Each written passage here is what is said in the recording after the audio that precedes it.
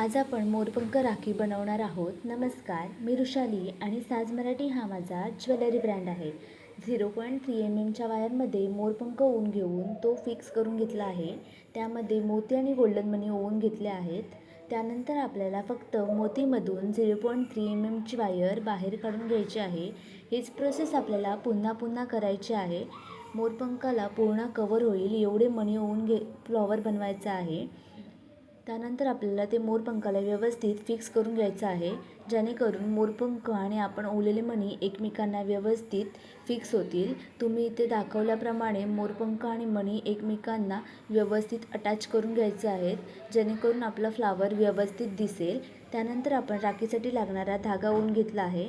त्या धाग्यामध्ये मोती green crystal ओवून घेतले आहेत. तर ही अशी सुंदर राखी तुम्हाला कशी वाटली नक्की कमेंट करून सांगा. आणि जर हे तुम्हाला राखी ट्युटोरियल आवडलं असेल तर लाईक करायला विसरू